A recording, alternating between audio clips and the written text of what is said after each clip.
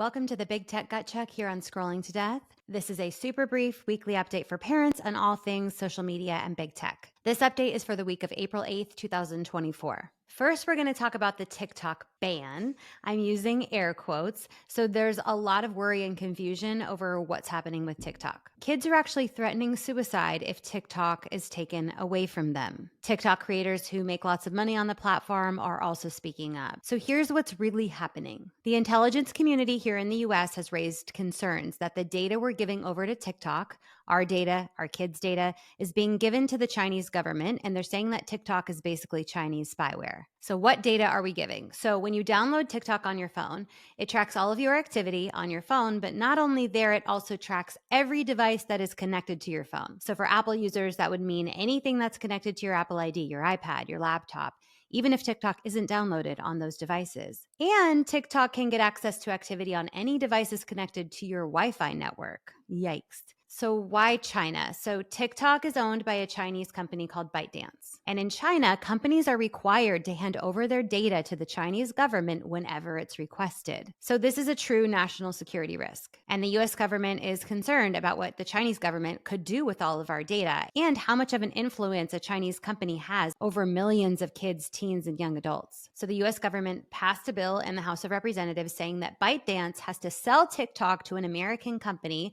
or will stop allowing American citizens to have access to TikTok. This bill still has to pass in the Senate, and if it does, President Biden says he will sign it into law. So ByteDance obviously doesn't want this to pass. They don't want to lose the earnings from TikTok, which was $40 billion just last year. So they're getting TikTok users to do their political bidding. TikTok is serving a pop-up to users saying, quote, "Your freedom is at risk. Your content, your right to express yourself, and your income will be shut down too. Make your voice heard." And there's a button that prompts users to call now, which allows them to call their state representative and tell them to vote no on the TikTok ban. I'm not sure how it's okay for a Chinese company to be asking American kids to influence legislation here in the US that's trying to protect us from national security risks. Now, I want to add that when I shared this update on Instagram, I had a couple comments come in saying that America banning TikTok is in an effort to censor content that's not in line with the US government. The example that was given several times was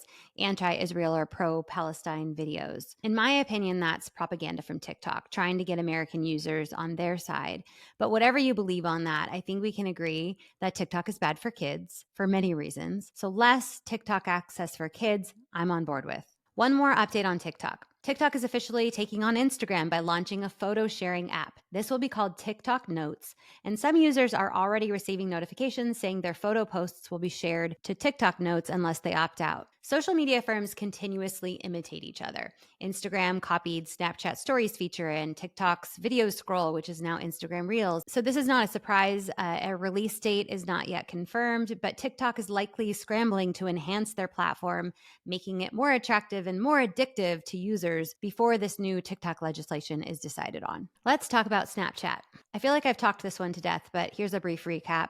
The Wall Street Journal did an expose on Snapchat's ranking feature, saying that it increases teen anxiety, which it does. I was asked to speak on the feature on Fox News last week, and then a few days later, Snapchat announced that it would deactivate the default setting for Snapchat Plus users of this ranking feature. It's technically the solar system feature that you can upgrade to be able to see where you rank with other users on Snapchat. So at the time, Snapchat's statement was, quote, "We understand that even though it can feel good to know you are close to someone, it can also feel bad to know that you aren't as close to a friend as you'd like to be." Duh. But I've called bullshit on this update. I opened Snapchat yesterday and it's still promoting this solar system feature within Snapchat Plus. So I don't see the update personally, and I'm continually underwhelmed and disappointed with both Snapchat's proactive and reactive attention to our children's mental health. Suffice it to say, I will not allow my children on Snapchat. There are a plethora of harmful features in addition to the solar system feature. I'm actually recording a full episode on Snapchat's harmful features today with Titania Jordan of Bark Technologies, so look out for that soon. But I encourage other parents to educate themselves on the platforms that our kids spend lots of time on and how it could affect them negatively. Now, a lawsuit update. In addition to the hundreds of school districts and most U.S. states suing big tech for causing youth mental health issues, 2 native tribal nations are now on board. So I learned today that suicide rates for native teenagers is 4 times the rate of other racial or ethnic groups here in the US. That's crazy because suicide rates are so high for general teenagers. I cannot imagine what's happening in those native communities. So these teens are already vulnerable. Social media is making it worse. The Spirit Lake tribe and the Menominee Indian tribe are suing Meta, Google, TikTok, and Snapchat for contributing to their high suicide rates and for purposely getting kids hooked on their platforms. I hope that we see some resolution in these cases and that big tech feels the pressure and the united front of us all saying, stop addicting our kids. Now an update on important legislation that parents should know about. So this week, KOSA and COPPA 2.0 were introduced into the House of Representatives. KOSA is a bill that would provide young people and parents with tools and safeguards and transparency that we need to keep our children safe online and to hold big tech companies accountable. COPPA 2.0 would update privacy protections of children online, adding regulations around how data is collected and used by tech companies for users 16 and under. It would also ban targeted advertising practices. So we can expect a hearing on Wednesday to discuss these 2 bills, along with a newly unveiled comprehensive data privacy bill called the American Privacy Rights Act. I will keep you guys updated as this legislation is very important. And if passed, I believe we'll see an improvement in the addictiveness of the platforms and our children's mental health. A couple updates on Discord. So Discord is a chat platform. It goes under the radar. It's most used when gaming.